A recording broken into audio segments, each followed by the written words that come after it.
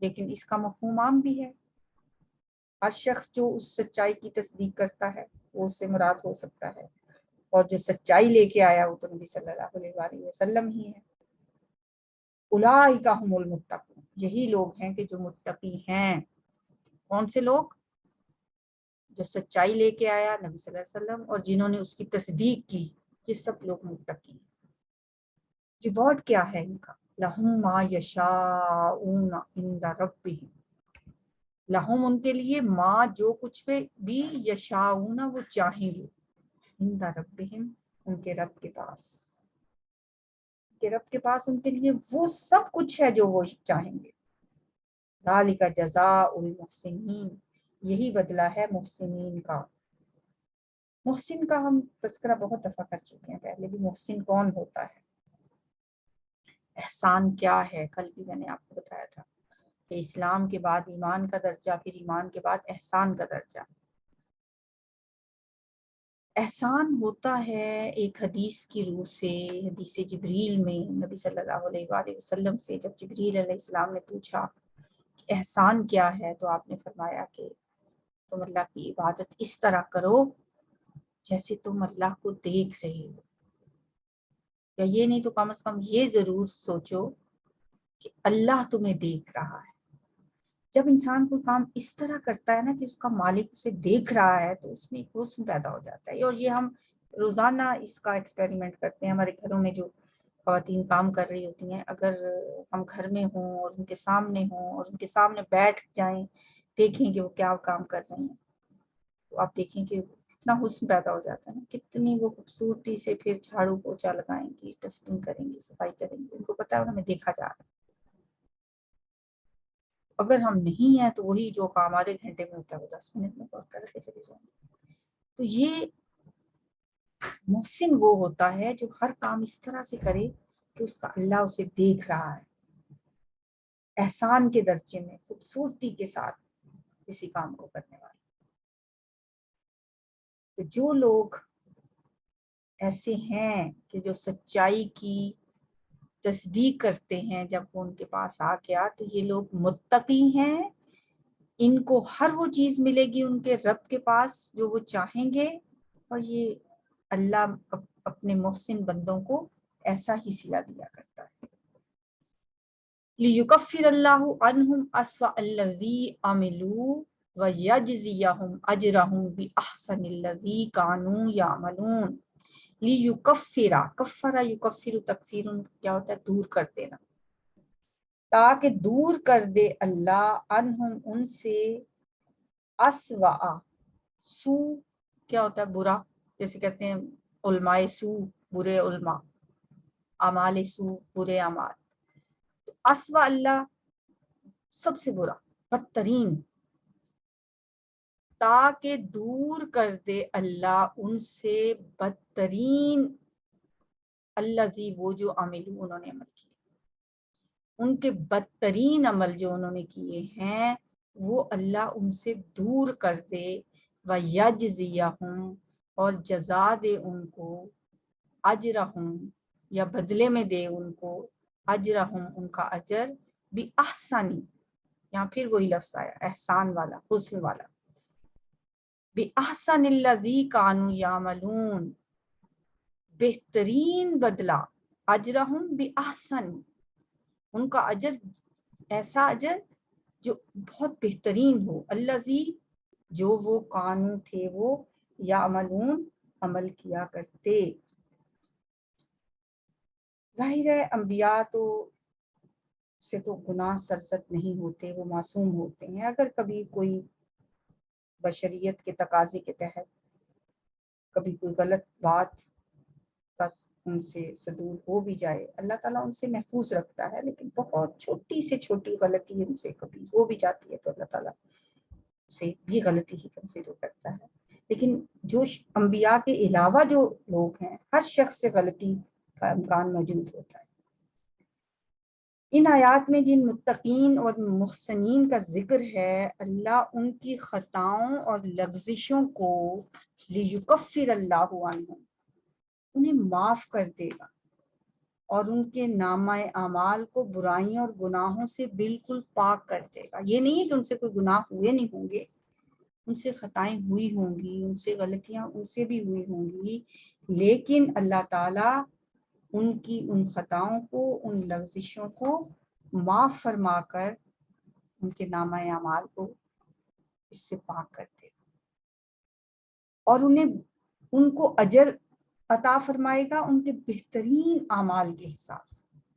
ہر شخص ہر طرح کے اعمال کرتا ہے، نیک اعمال میں بھی درجے ہوتے ہیں نا، سب نیک اعمال ایک جیسے تو نہیں ہوتے، نیکیوں کی بھی درجہ بندی ہوتی ہے، کوئی نیکی بہت اعلیٰ درجے کی ہوتی ہے، کوئی اس سے کم درجے کی ہوتی ہے۔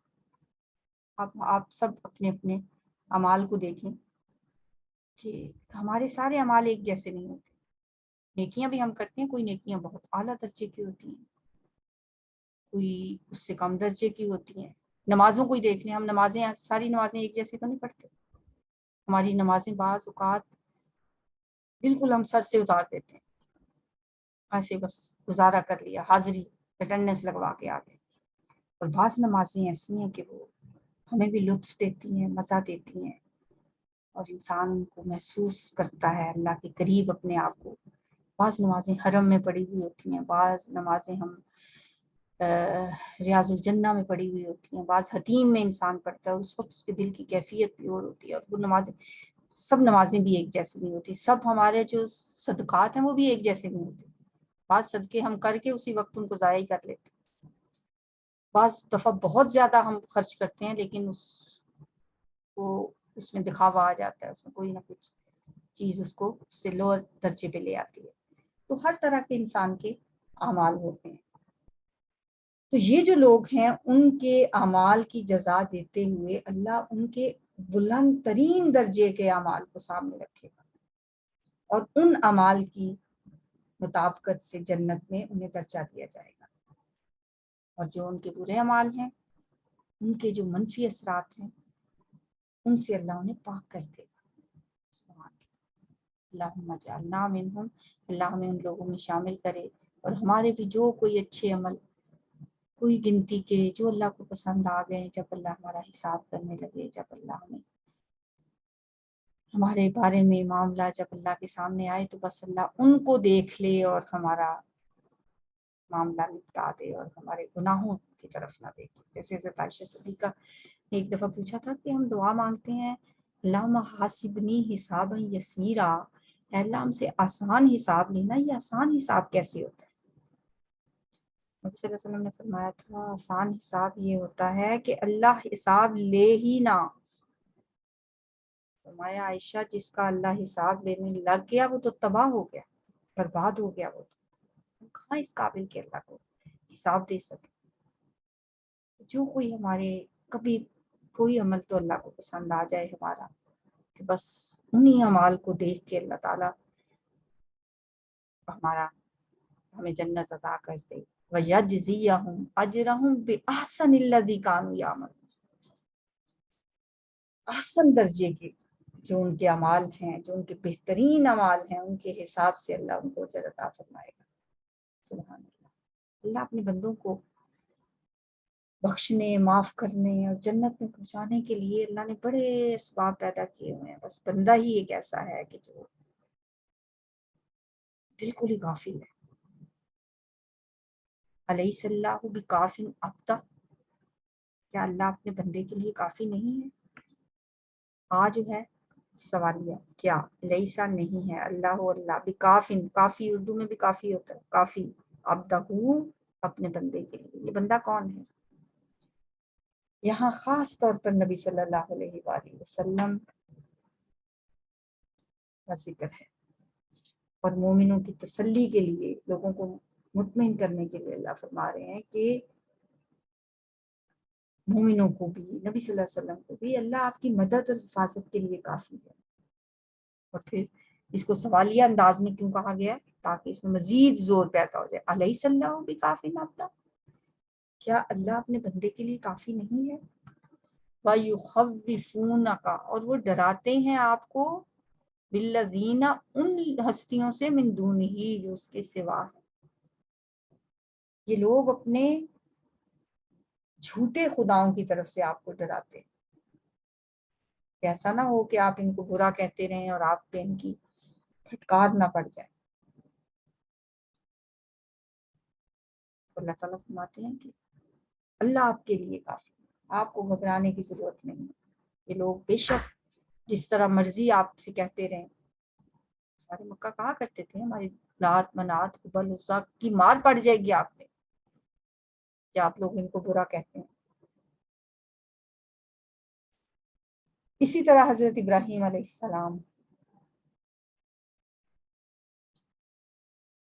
ان کے بارے میں بھی آتا ہے کہ سورہ نام میں کہ انہوں نے فرمایا میں ان سے کیوں کر ڈروں جن کو تم نے شریک بنایا ہوا ہے، جبکہ تم اس بات سے نہیں ڈرتے کہ تم نے اللہ کے ساتھ ایسی چیزوں کو شریک ٹھہرایا ہوا ہے جن پر اس نے کوئی دلیل ہی نازل نہیں کی۔ یعنی مطلب یہ کہ ابراہیم علیہ السلام کہہ رہے تھے کہ تم مجھے ڈراتے ہو ان پتھر کی مورتیوں سے، جبکہ ڈرنا تو تمہیں چاہیے کہ تم ان کی پوجا کرتے ہو، تم انہیں اللہ کے ساتھ شریک ٹھہراتے ہو، میں کیوں ڈروں؟ وَمَن يُضْلِلِ اللَّهُ فَمَا لَهُ مِنْ هَادٍ، اور جسے اللہ گمراہ کر دے، فَمَا لَهُ تو نہیں ہے اس کے لیے مِنْ ہاد کوئی ہدایت دینے والا، کوئی اس کو ہادی نہیں ہے اس کے لیے۔ وَمَن يُضْلِلِ اللَّهُ فَمَا لَهُ مِنْ هَادٍ، جسے اللہ گمراہ کر دے اسے کوئی ہدایت دینے والا نہیں ہے۔ وَمَن يَهْدِ اللَّهُ، اور جسے اللہ ہدایت دے، فَمَا لَهُ مِن مُضِلٍّ تو نہیں ہے اس کے لیے کوئی گمراہ کرنے والا۔ یہ ہدایت اور گمراہی اللہ کے ہاتھ میں ہے۔ انسان کو اللہ نے ہدایت اختیار دیا ہے، اس کی مرضی ہوتی ہے، لیکن جب کوئی شخص گمراہی کے رستے پہ ہی چلتا چلا جاتا ہے تو اللہ تعالیٰ اس کے لیے بھی ہدایت کے رستے بند کر دیتے ہیں۔ الیس اللہ بعزیز ذی انتقام، کیا نہیں ہے اللہ تعالیٰ زبردست انتقام لینے والا؟ انتقام، عزیز انتقام، بڑا سخت الفاظ ہیں یہ، خوب غالب، خوب انتقام لینے والا۔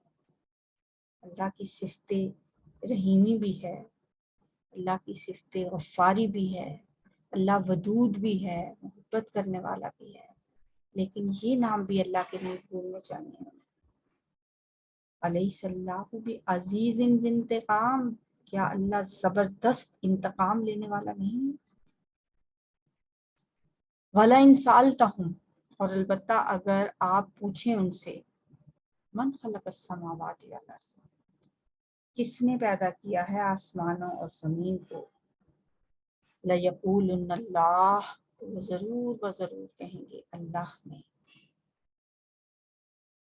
اتنا زور ہے نا اس میں، جب ان کو یہ یقین تھا پکا، ضرور و ضرور کہیں گے، انہوں نے ثقیلہ لام تقید کے ساتھ کہیں گے اللہ، اللہ کو تو مانتے تھے، اللہ کا انکار نہیں تھا انہیں، بس اس کے ساتھ کچھ شریک ٹھہراتے تھے۔ قل افرائیتم، کہہ دیجئے کیا پھر تم نے دیکھا، ما تدعون من دون اللہ، ما جن کو تدعون تم بلاتے ہو، پکارتے ہو، من دون اللہ اللہ کے سوا، ان ارادانی اللہ بضر، اگر ارادہ کر لے، ارادہ کر لے نی میرے ساتھ، یا اللہ اللہ بضر کسی تکلیف کا، حل ہن کاشفات ضرہ، تو کیا ہننا وہ کون، ما تدعون جن کو تم پکارتے ہو، وہ ہستیاں، وہ دیویاں، ہننا مونس کا صیغہ، کاشفات وہ دور کرنے والی ہیں، ضرہ ہی اس کی تکلیف کو۔ کیا ایسا ہو سکتا ہے کہ اگر میرا رب میرے ساتھ کسی تکلیف کا ارادہ کر لے تو کوئی اس کو روک سکتا؟ دراصل مشرکین مکہ اللہ کو سب سے بڑے معبود کے طور پہ تو مانتے تھے، لیکن ان کا یہ خیال تھا کہ کوئی چھوٹے معبود بھی ہیں۔ جیسے لات، منات، حبل، عزا، یہ انہوں نے دیوی دیوتا بنائے ہوئے تھے، اور وہ کہتے تھے ما نعبدہم الا لیقربونا الی اللہ زلفا، ہم تو بس ان کو اس لیے پوچھتے ہیں کہ یہ ہمیں اللہ کے قریب کر دیتے ہیں، اللہ تو ایک ہی ہے، لیکن اس کے قریب کرنے کے لیے ان کو پوچھنا بھی ضروری ہے۔ تو فرمایا ان کے اسی عقیدے کے مطابق ان سے ایک سوال کیا، اگر تمہارا بڑا معبود یعنی اللہ وہ کسی معاملے میں کوئی فیصلہ کر لے تو اس کے بعد کیا اس اللہ کا حکم چلے گا یا اس کے مقابلے میں تمہارے ان چھوٹے معبودوں کی مرضی چلے گی؟ اور اگر اللہ نے میرے لیے کسی تکلیف کا فیصلہ کر لیا تو کیا تمہارے یہ معبود اس کے فیصلے کو روک سکتے ہیں؟ حل ہن کاشفات ضرری او ارادنی برحمت، یا وہ ارادہ کرے میرے ساتھ کسی مہربانی کا، کسی رحمت کا، حل ہن ممسکات رحمتی، تو کیا وہ اس کی رحمت کو روک سکتے ہیں؟ حل کیا ہننا وہ ممسکات روک سکتی ہیں رحمتی ہی اس کی رحمت کو۔ قل حسبی اللہ، آپ کہہ دیجئے میرے لیے تو اللہ ہی کافی ہے، علیہ یتوکل المتوکلون، اسی پر توکل کرنا چاہیے توکل کرنے والوں کو، یا اسی پر توکل کرتے ہیں سب توکل کرنے والے۔ حسبی اللہ، یہ وہی کلمہ ہے جو حضرت ابراہیم علیہ السلام کو جب آگ میں ڈالا گیا تو انہوں نے کیا کہا تھا؟ حسبنا اللہ و نعم الوکیل، میرے لیے اللہ ہی کافی ہے۔ سورۃ توبہ کی آخری آیت میں بھی آتا ہے حسبی اللہ لا الہ الا ہو علیہ توکلت وہو رب العرش العظیم۔ اور کہا جاتا ہے جو شخص یہ آیت صبح کے ٹائم 7 مرتبہ پڑھ لیتا ہے اللہ اس کے لیے کافی ہو جاتے ہیں، جس طرح کا مفہوم ہے ایگزیکٹ ورڈنگ مجھے نہیں یاد۔ تو اس لیے ہمیں کسی بھی تکلیف سے بچنے کے لیے بھی حسبی اللہ ہی کہنا چاہیے، اور کوئی اللہ سے جب ہمیں کوئی دعا مانگنی ہو تو بھی اللہ سے یہی کہنا چاہیے کہ میرے لیے اللہ ہی کافی ہے۔ قل یا قوم اعملوا علی مکانتکم، کہہ دیجیے اے میری قوم تم عمل کرو علی مکانتکم، اپنی جگہ پر، انی عامل، میں بھی، بے شک میں بھی عمل کرنے والا ہوں، یعنی میں اپنے طور پہ عمل کرتا رہوں، تم اپنے طور پہ عمل کرتے رہو، لکم دینکم ولی دین، تم لوگ میرے خلاف جو تدبیریں کر سکتے ہو وہ کر لو، جو عمل کرتے ہو میرے خلاف جو کرنا چاہتے ہو کر لو، جو سازشیں کر سکتے ہو کر لو، اور میں بھی انی عامل ہوں، میں بھی اپنی طور پہ جو کر سکتا ہوں میں کر رہا ہوں۔ فسوف تعلمون، ان قریب تمہیں لگ پتہ جائے، جان لو گے، تمہیں معلوم ہو جائے گا، من یاتی ہی عذاب، کس کے پاس آتا ہے عذاب، یخزیہ جو اسے رسوا کر دے گا، پتہ چل جائے گا تمہیں، ان قریب تمہیں معلوم ہو جائے گا کہ وہ عذاب کس کے پاس آتا ہے، کس پر آتا ہے جو اسے رسوا کر دے گا۔ وَيَحِلُّ عَلَيْهِ عَذَابٌ مُقِيمٌ، اور اترتا ہے اس پر وہ عذاب ہمیشہ رہنے والا، وَيَحِلُّ، اور اترتا ہے علیہ اس پر عذاب مقیم، ہمیشہ رہنے والا عذاب۔ انا انزلنا علیک الکتاب، بے شک ہم نے نازل کی ہے آپ پر کتاب، للناسی، لوگوں کے لیے، بالحق، حق کے ساتھ، فمن اہتدی، تو جو کوئی ہدایت پر چلا، فلنفسہ، تو اپنی جان کے لیے چلا، اپنے ہی لیے، اس نے ہدایت کا راستہ اختیار کیا تو اپنے بھلے کے لیے کیا۔ ومن ضل، اور جو کوئی گمراہ ہوا، فإنما یضل علیہا، تو بے شک وہ گمراہ ہوتا ہے اپنے ہی لیے، یعنی اس کا جو گمراہ ہوتا ہے اس کا وبال بھی علیہا، اسی پر ہوگا، جو ہدایت پہ چلتا ہے اس ہدایت کا فائدہ بھی اسی کو ہوگا، اور جو گمراہی کے راستے پہ چلے گا تو اس کا وبال بھی اسی پر آئے گا. وما انت علیہم بوکیل، اے نبی صلی اللہ علیہ وسلم آپ ان کے ذمہ دار نہیں ہیں. ہم نے کتاب نازل کر دی، انا انزلنا الیک الکتاب للناس بالحق، جو لوگوں کے لیے ہے اور حق کے ساتھ آئی ہے. اب جو کوئی اس کتاب کو پڑھتا ہے، اس کو سمجھتا ہے، اس پہ چلتا ہے، ہدایت کے رستے کو اختیار کرتا ہے، یہ کتاب ہدایت ہے نا. بقرہ کے شروع میں ہم نے کیا پڑھا تھا؟ ذالک الکتاب لا ریب فیہ ھدی للمتقین، یہ کتاب جس میں کوئی شک نہیں ہے، یہ ہدن، یہ ہدایت ہے. لیکن یہ ہدایت ملتی کس کو ہے؟ للمتقین، جو متقی ہیں. یہ کتاب ہدایت تمہارے پاس آ گئی، اب تمہاری مرضی ہے کہ تم اس ہدایت کو اپنا لو، اپنی زندگی سنوار لو.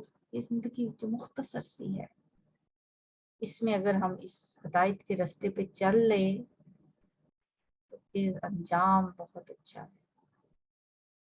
جنت میں جا کے خوشیاں منائیں گے، جنت میں جا کے پھولے نہیں سمائیں گے، کہیں گے الحمدللہ الذی ہدانا لہذا، اللہ تیرا شکر ہے کہ تو نے ہمیں یہ ہدایت دے دی تھی.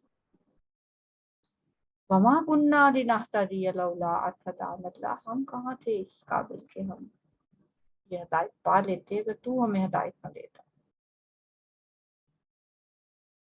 لیکن جس نے اس ہدایت کو نہیں پکڑا، ومن ضل، اور جو بھٹک گیا، فإنما یضل علیہا، تو اس کے بھٹکنے کا وبال اسی کی جان پر ہوگا، اس کا نقصان اسی کو ہوگا. نبی صلی اللہ علیہ وسلم آپ پریشان نہ ہوں، آپ غم نہ کھائیں، آپ اپنی جان ہلکان نہ کریں. لعلک باخع نفسک، شاید آپ اپنے آپ کو ہلکان کر لیں گے. یہ لوگ ہدایت کیوں نہیں پاتے، یہ لوگ بات کیوں نہیں مانتے. آپ پرواہ نہ کریں. وما انت علیہم بوکیل، آپ ان پہ کوئی داروغہ تو نہیں ہے، کوئی ذمہ دار تو نہیں، کوئی کارساز بنا کے تو نہیں بھیجے گئے. آپ سے نہیں پوچھا جائے گا لوگوں کے انجام کے بارے میں، آپ جواب دے نہیں ہیں ان کے اعمال کے. آپ کی ذمہ داری صرف ان تک اللہ کا پیغام پہنچانا ہے، اور قیامت کے دن آپ سے اسی کے بارے میں پوچھا جائے گا کہ آپ نے پیغام پہنچایا یا نہیں پہنچایا. اور آپ نے یہ حجت تمام کر دی تھی جب آپ کا آخری خطبہ تھا حجۃ الوداع کا، تو آپ نے لوگوں سے پوچھا تھا الا هل بلغت، کیا میں نے اللہ کا پیغام تم لوگوں تک پہنچا دیا ہے؟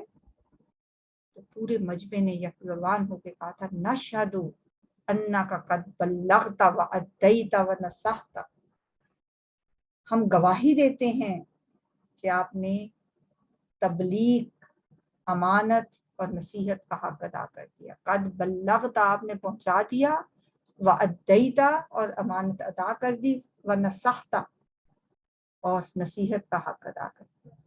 اس کے بعد آپ نے شہادت کی انگلی آسمان کی طرف اٹھائی اور اللہ سے مخاطب ہو کے فرمایا اللہم اشہد، اللہم اشہد، اللہم اشہد، اے اللہ تو بھی گواہ رہنا کہ یہ لوگ مان رہے ہیں کہ میں نے ان تک تیرا پیغام پہنچا دیا. اس کے بعد آپ نے لوگوں سے مخاطب ہو کے فرمایا الا لیبلغ الشاہد الغائب، کہ اب جو لوگ یہاں موجود ہیں ان کا فرض ہے کہ یہ پیغام ان لوگوں تک پہنچائیں جو یہاں موجود نہیں ہیں. اس طرح آپ نے یہ فریضہ امت کی طرف منتقل کر دیا. اللہ کے رسول کے اس فرمان کے بعد اب یہ پوری امت کی ذمہ داری ہے کہ وہ اللہ کا پیغام پوری نوع انسانی تک پہنچائے. تو آپ کا کام تو پیغام پہنچانا تھا، آپ نے پیغام پہنچا دیا. آگے یہ پیغام آپ کی امت لوگوں تک پہنچائے گی، اور آپ اس بارے میں اللہ کے سامنے سرخرو ہوں گے. اب جس کے نصیب میں ہدایت ہے وہ ہدایت پا لیتا ہے، اور جس کے نصیب میں نہیں ہے وہ بھول بھلائیوں میں بھٹکا ہی رہتا ہے، اس کو سمجھ ہی نہیں آتی. کل میں کوئی ویڈیو دیکھ رہی تھی، کسی شخص وہ بھی بیچارہ سمجھا رہا تھا لوگوں کو بات، ایک رسی پکڑی ہوئی تھی اس نے، مجھے اس سے بڑی اس کا انداز بڑا اچھا لگا. ایک رسی پکڑی ہوئی تھی بہت لمبی سی، اور اس کے 1-2 انچ کی آگے سے پکڑ کے وہ بتا رہا تھا کہ یہ دیکھیں یہ 2 انچ ہے اگلی رسی، یہ سمجھ لیں دنیا ہے. اتنی 2-3 انچ. باقی جو لمبی رسی ہے یہ آخرت ہے. ہماری ساری محنتیں، ہماری ساری کوششیں، ہماری ساری کاوشیں اس اتنی سی ٹائم پیریڈ کے لیے ہیں. آپ دیکھ لیں، اپنے آپ کو ہی دیکھیں، کسی کو بھی چھوڑ دیں. ہماری ساری محنتیں، ہماری ساری کوششیں کاوشیں، سوچیں، دن رات 24 گھنٹے، وہ جو ایک 2-4 انچ کا ٹائم پیریڈ ہے بس اس کے لیے. جو اس کے بعد لامتناہی زندگی ہے وہ بھی کس جان پہ گزرنی ہے، اس کی بھی فکر کرنی چاہیے، اس کے بارے میں بھی سوچنا چاہیے. کس منہ سے اللہ کے سامنے پیش ہوں گے، کیا کر کے آئے ہیں دنیا میں. آخرت کو بھول کے، اللہ کو بھول کے، رسول کو بھول کے، اس کی کتاب کو بھولائے رکھا. اللہ تعالیٰ سے دعا ہے کہ وہ ہمیں ہدایت پہ قائم رکھے. آج دعا دوبارہ سے پڑھتے ہیں. اس ہفتے کی دعا امید کرتی ہوں کہ آپ نے پچھلے ہفتے کی دعا ربنا لا تزغ قلوبنا بعد إذ هديتنا وهب لنا من لدنك رحمة إنك أنت الوهاب یاد کر لی ہوگی. اب یہ دوسری دعا ہے. ربنا، اے ہمارے رب، حب لنا، ہمیں عطا کرتے. حب وہبیت کا مطلب ہوتا ہے عطا. جیسے نبوت و رسالت بھی اللہ کی عطا ہے، جس کو چاہتا ہے دیتا ہے. کوئی اپنی کوشش محنت سے کوئی نبی یا رسول نہیں بن سکتا، اللہ کی عطا ہوتی ہے وہ بھی. اسی طرح سے یہاں پہ حب کا مطلب ہے عطا کر، ہمیں عطا فرما.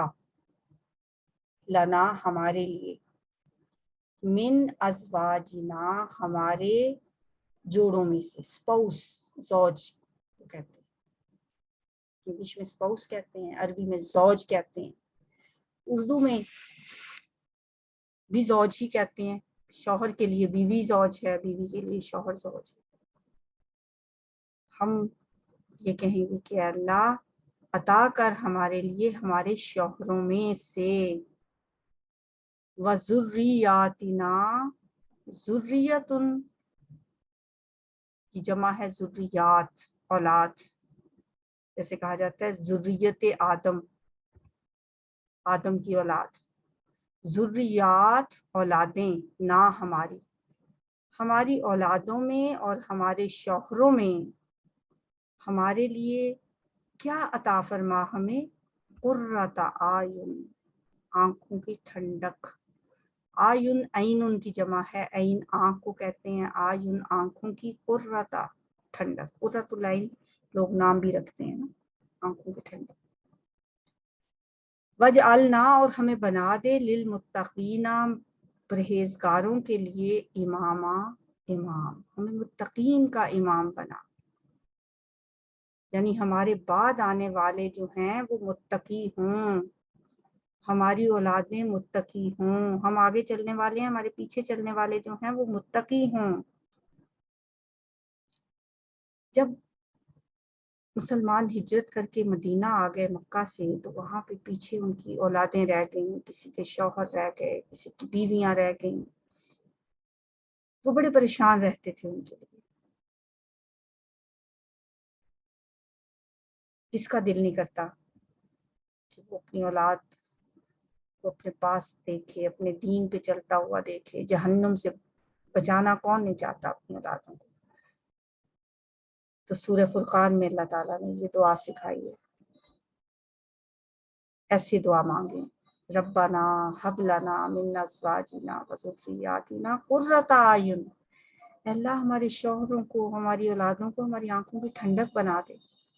آنکھوں کی ٹھنڈک اولاد کب بنے گی؟ جب وہ صحیح رستے پہ چلے. آپ کا کلیجہ تبھی ٹھنڈا ہوگا جب آپ کی اولاد اپنے رب کے رستے پہ چلے گی. بے شک آپ کے بچے آپ کے کتنے بھی فرما بردار ہوں، اگر وہ رب کے فرما بردار نہیں ہیں، آپ کو سکون نہیں ملے گا ان کی طرف سے. تو یہ دعا مانگا کریں اپنے بچوں کے لیے. اگر آپ کے بچے نماز نہیں پڑھتے، آپ کے بچے کہنا نہیں مانتے، آپ کے بچے قرآن سے دور ہیں، ان کے لیے یہ دعا مانگیں. ربنا حب لنا من ازواجنا وذریاتنا قرۃ اعین وجعلنا للمتقین اماما۔ نماز کے بعد بھی دعا مانگیں، چلتے پھرتے بھی مانگیں، رات کو آنکھ کھلے تو بھی مانگیں، نماز میں بھی مانگیں، سلام سے پہلے۔ دعا زیادہ قبول ہوتی ہے جو نماز کے اندر مانگی جاتی ہے۔ اللہ تعالیٰ سے دعا ہے کہ اللہ تعالیٰ ہمیں یہ تھوڑا سا حفظ کا بھی شوق اور شغف عطا فرمائے کہ ہم قرآنی آیات ہی ہیں لیکن دعائیں ہیں، ہم ان کو یاد کریں اور ہر روز نمازوں کے بعد یہ دعائیں مانگیں، کیونکہ جو دعائیں ہم مانگ لیتے ہیں چاہے وہ نہ بھی قبول ہوں، وہ ہمارے لیے بہت فائدے کا باعث ہے۔ قیامت کے دن انسان کہے گا یا اللہ یہ دعائیں تو میں نے مانگی نہیں تھی، یہ چیزیں تو میں نے، یہ عمل تو میں نے کیے ہی نہیں تھے، یہ میرے نامہ اعمال میں کہاں سے آ گئے؟ تو اسے کہا جائے گا یہ وہ دعائیں ہیں جو تم مانگتے رہے لیکن دنیا میں قبول نہیں ہوئی، اب ان کے صلے میں اللہ نے تمہیں آخرت میں دیا ہے۔ سبحان اللہ۔ اللہ تعالیٰ سے دعا ہے کہ اللہ تعالیٰ ہمیں عمل کی توفیق عطا فرمائے۔ سبحانک اللہم و بحمدک، نشہد ان لا الہ الا انت، نستغفرک و نتوب الیک۔